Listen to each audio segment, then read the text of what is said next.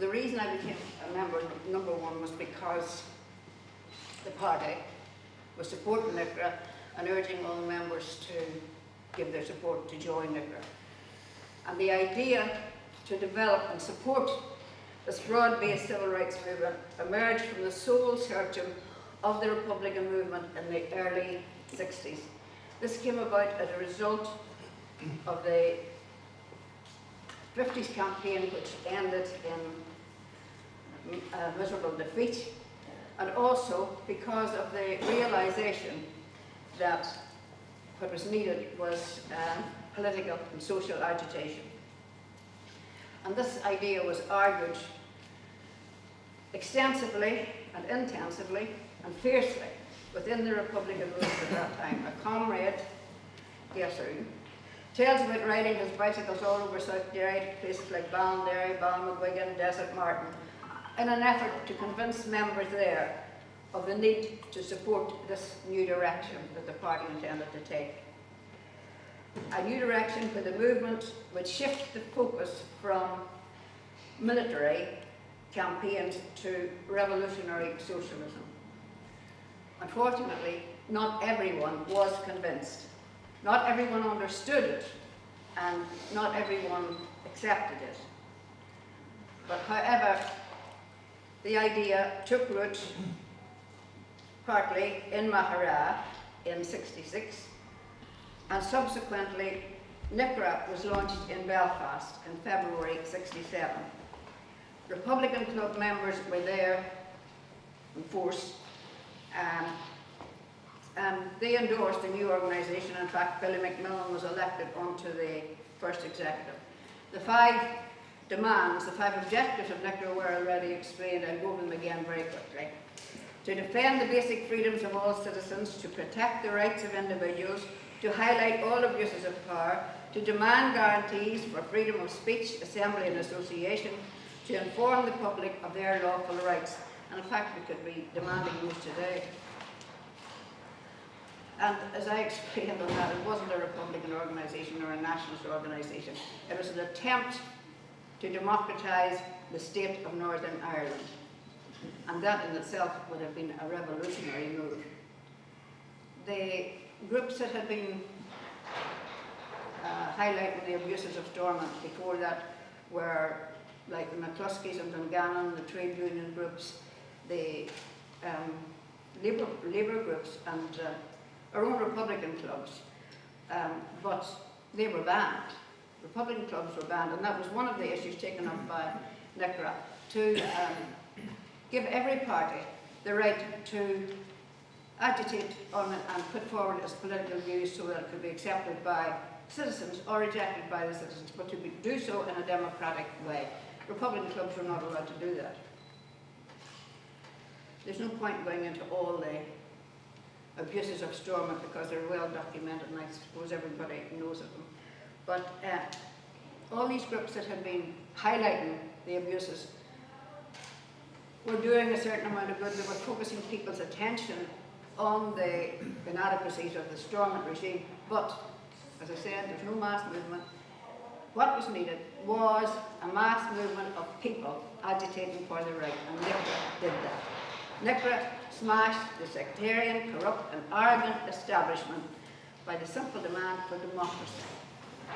We did this through mobilising people onto the streets. Now, it started off with the squat in Caledon, with the march here to Island 50 years ago today, on this very date. And Will's car was there 50 years ago, and it has certainly served its time in NICRA. And then Derry. Island was a tame enough affair. Derry was the exact opposite. And Liam McMillan said, what happened in Derry on that day and the reaction of the Stormont regime did more to awaken the people and to get them off their knees to demand full civil rights for everybody.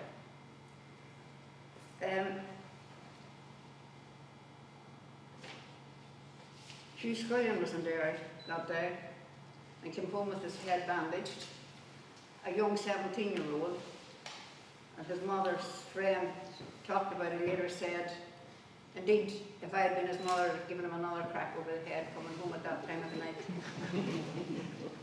There's probably several, like Hugh, with bandages on their head going that night. But from then on, Northern Ireland took centre place on the world stage. People were energised, civil rights groups sprang up all over the place, and our group was founded in Galladuff GAA Hall, which is now Martyrs Memorial Hall, owned by a political party. But there were stirring times, comrades. We were off our knees. We were no longer relegated to the role of second-class citizens. We would never be cowed by the corrupt regime again. Some of our CRA songs said, our struggle has begun and we shall overcome. What I'm going to talk about really is why people felt the civil rights movement was necessary, what it tried to achieve, and where the Republican Club's involvement within the civil rights movement fit within its overall broad strategy. And also, given that this is the commemoration,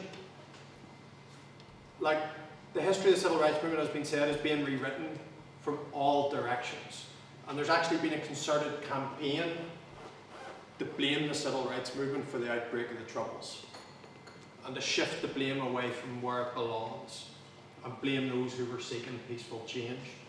So, in that context then, it's also, I think, been worth, Marion's raised the question of what constitutes reform or revolution. So, I've been writing a book about Wolfe Tone for back when I used to have hair. That's how long I've been writing it. And, you know, this was a question that they faced. Everyone thinks, oh, the United Irishmen were reformists, and then they became revolutionaries when they decided they were going to use pikes. And the whole point, or one of the points of my book, I hope, is that actually the United Irishmen were revolutionaries from day one. Lifting a Kalashnikov, lifting a pike does not make you a revolutionary. What makes you a revolutionary is your ideology. What makes you a revolutionary is challenging the political, the social, and the class status quo.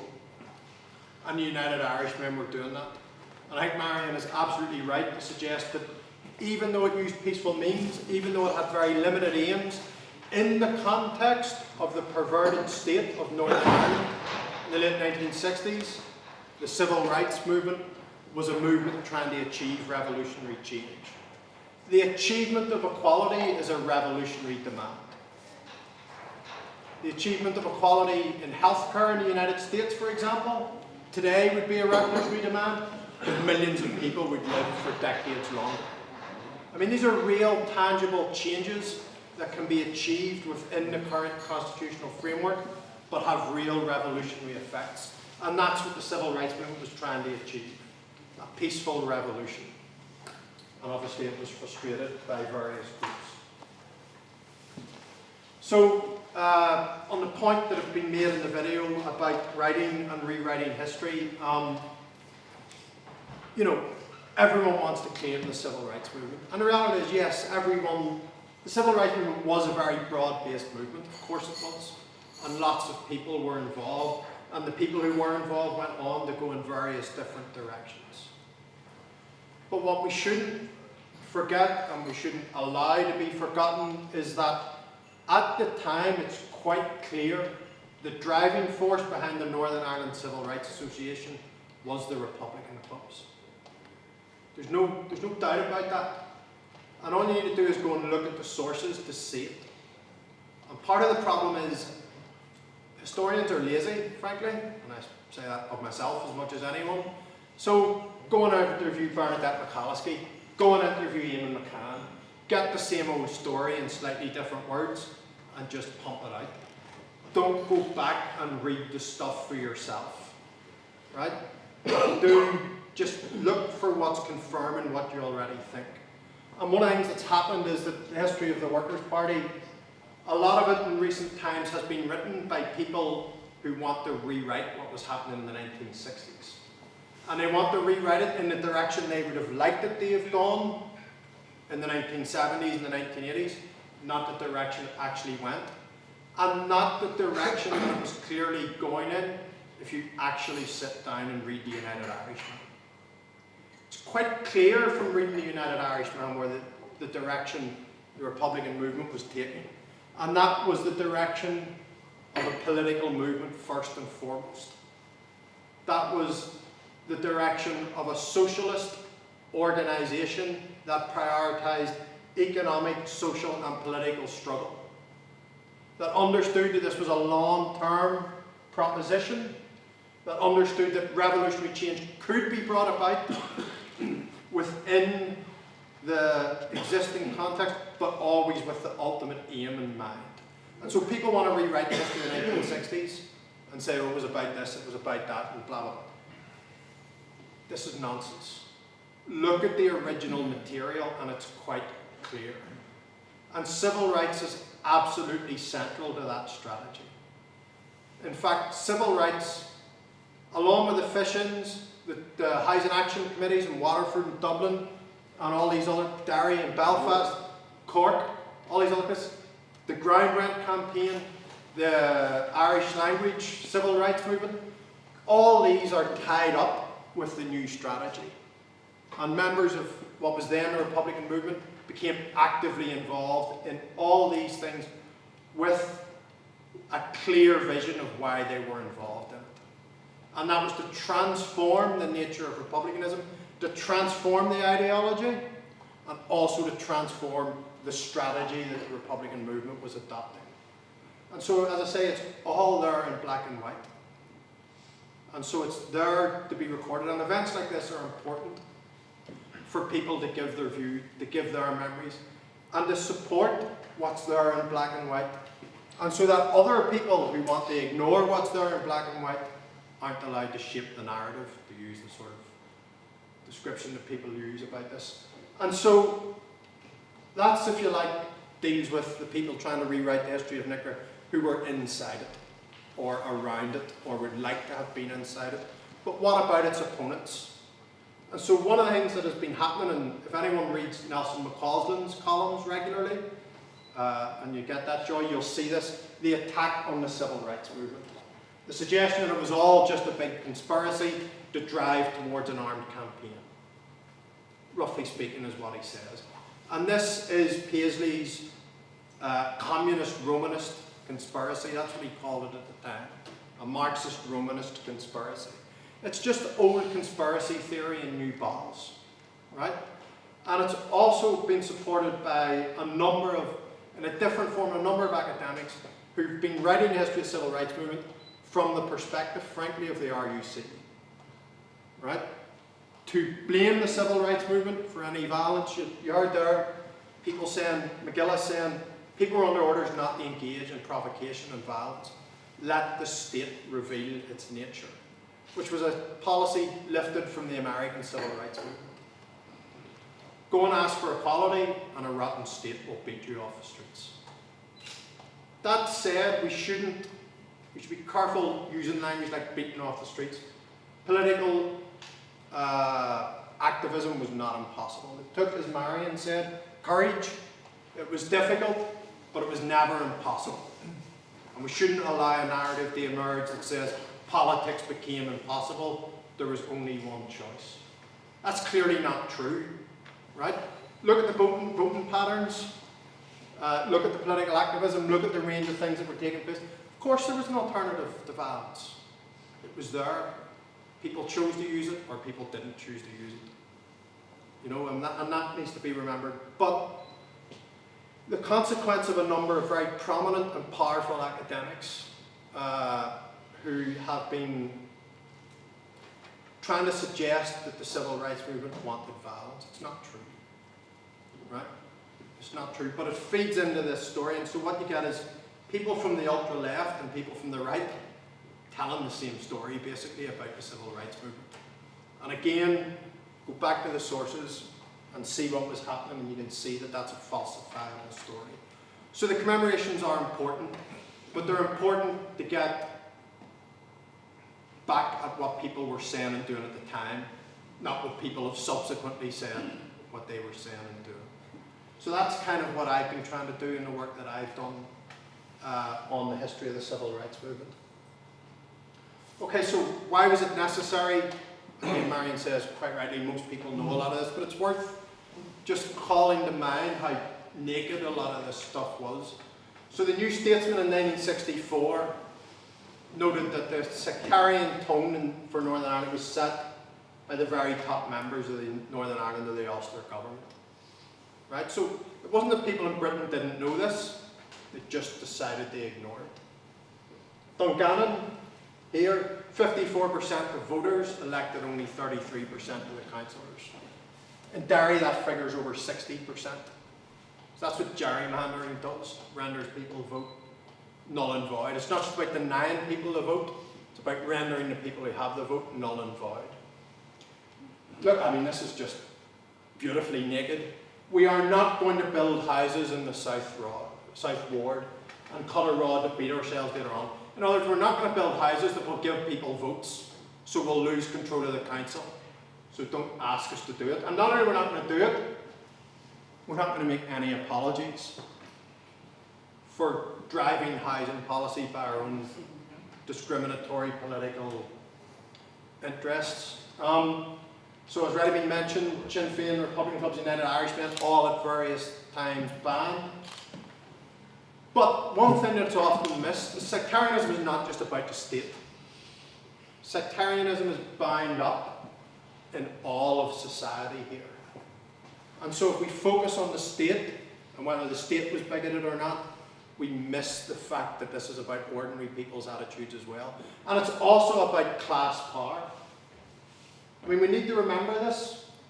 In councils where the Nationalists did have control, housing was often allocated for political reasons as well. So that's a story of class power. And it suits people to rewrite that, to expunge it. Right? In fact, I was looking at the Irish News story about the Caledon squad. 3 Catholics, that's how the people are described. Their politics are written out. Not the Nationalist MP and members of the Republican clubs, 3 Catholics. Boom. Simple narrative, Catholic, Protestant, write out the more complicated reality. And then the Northern Ireland Civil Rights Movement itself spoke about non-unionist areas. Didn't speak about Catholic areas, didn't speak about nationalist areas, it spoke about non-unionist areas. To give respect to the complexity of people's identities and the complexity of people's politics. So it's not a simple case of you're one or the other, which of course is where we're all trying to be put in, even today. Okay, so we've already heard about this, where the civil rights strategy comes from. It's part of the rethinking that goes on, the reimagining. There are other groups involved. The Campaign for Social Justice, based here in Dungannon, very, very important. Again, went right to the Prime Minister and engaged him on the question of discrimination and civil rights. The Republican Clubs and its efforts, including the Woodcombe Societies, the importance of Desmond Greaves and the Communist Party of Northern Ireland, absolutely central. And then the foundation of NICRA in January '67. So how do we get from January '67 to the 1st March, which is like 18 months? And what happened is NICRA had been a pressure group, but it applied itself to MPs, to the press. So what is the shift to the marches? So as I said, Dungannon and area had been part of the civil rights struggle very early. Organised actually mostly by women on the ground. In response to their conditions, I was doing some checking up this thing, came across some interviews with the woman who you saw getting carried out with her 7-week-old baby, dragged out on the floor, and some other women, and they're saying, look, we knew people who were 10 years after they got married, still without a house, right? And they were responding to their conditions. People with large families responding to their conditions.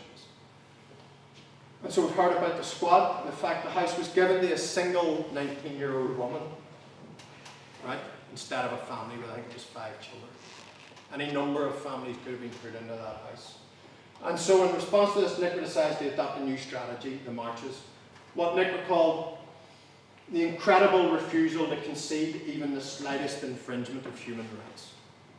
So there are no problems in Northern Ireland, we're all happy here, just go away and leave us alone. That's a paraphrase of a Northern Ireland civil servant who was interviewed by the BBC about 64. We're all fine here, leave us alone.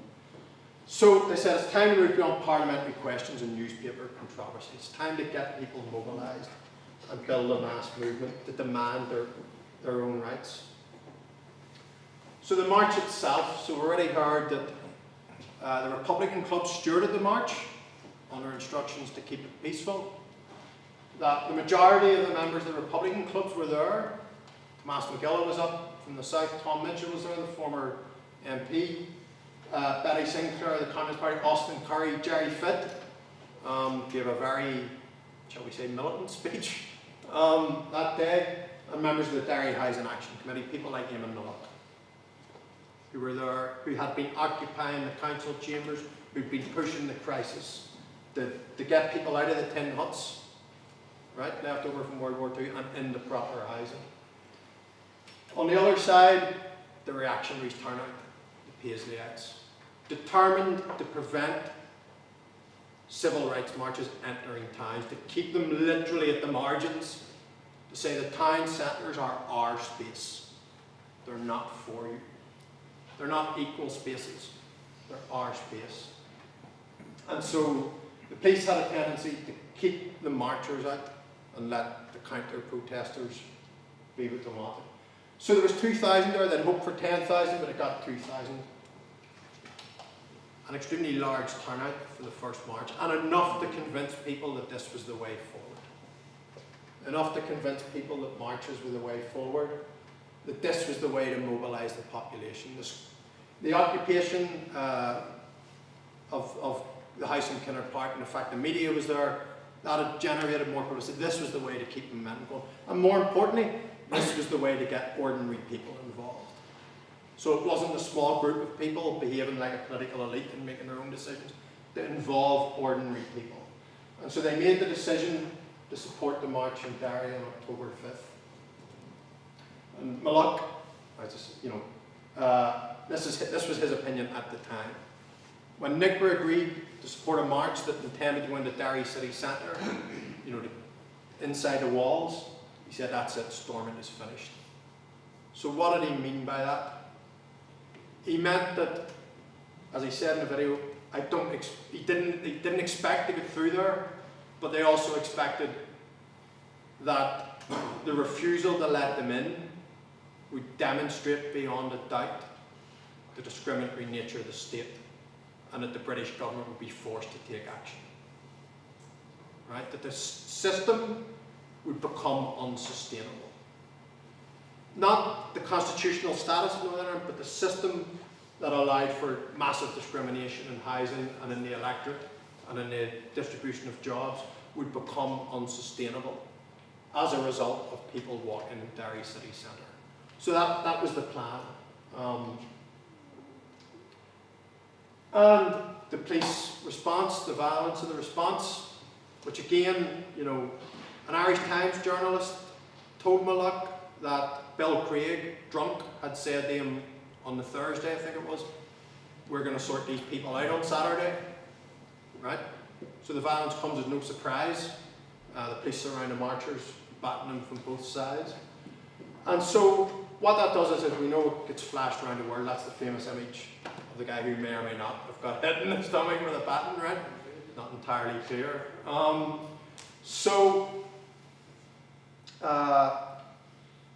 What this did was render the situation unsustainable. And so after that in Derry, changes were introduced in Derry. And what happened was that the Stormont government came under pressure from London to introduce changes.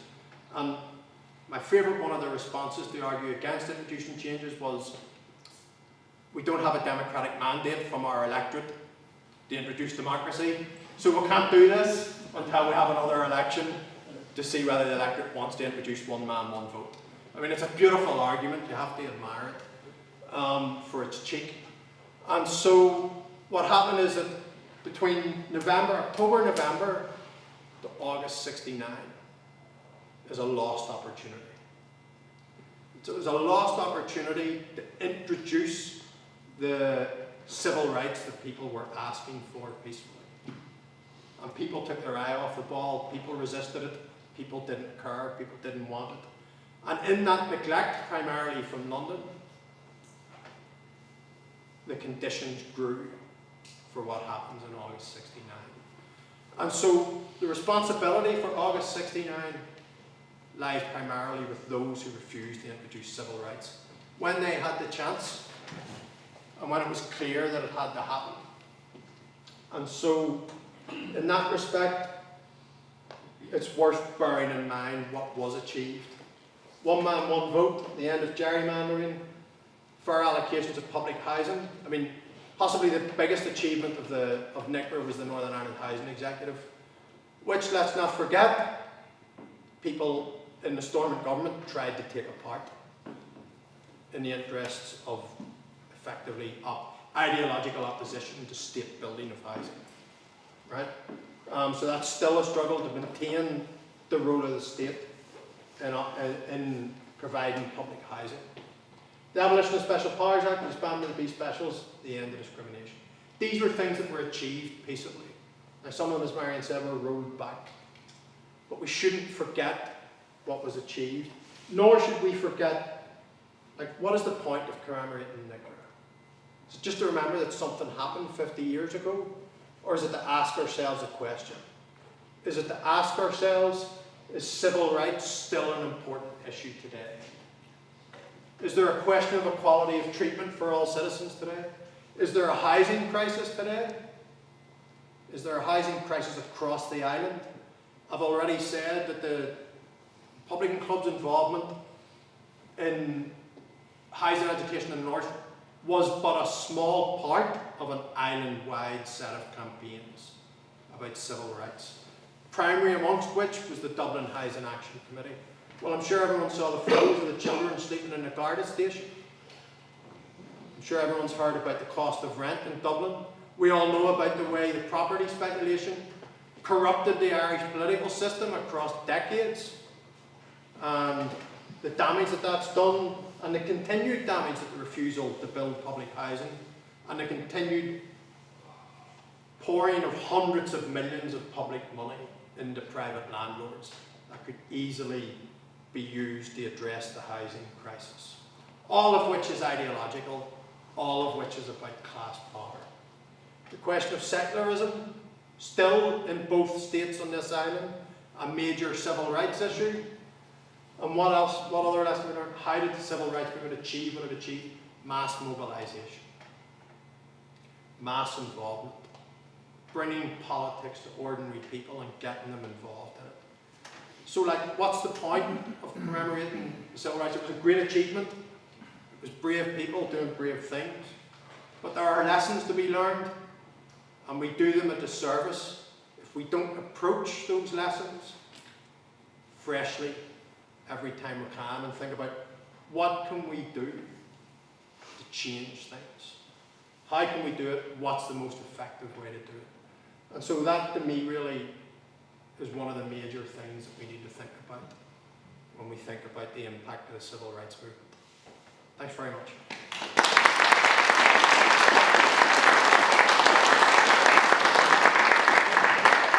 We shall overcome.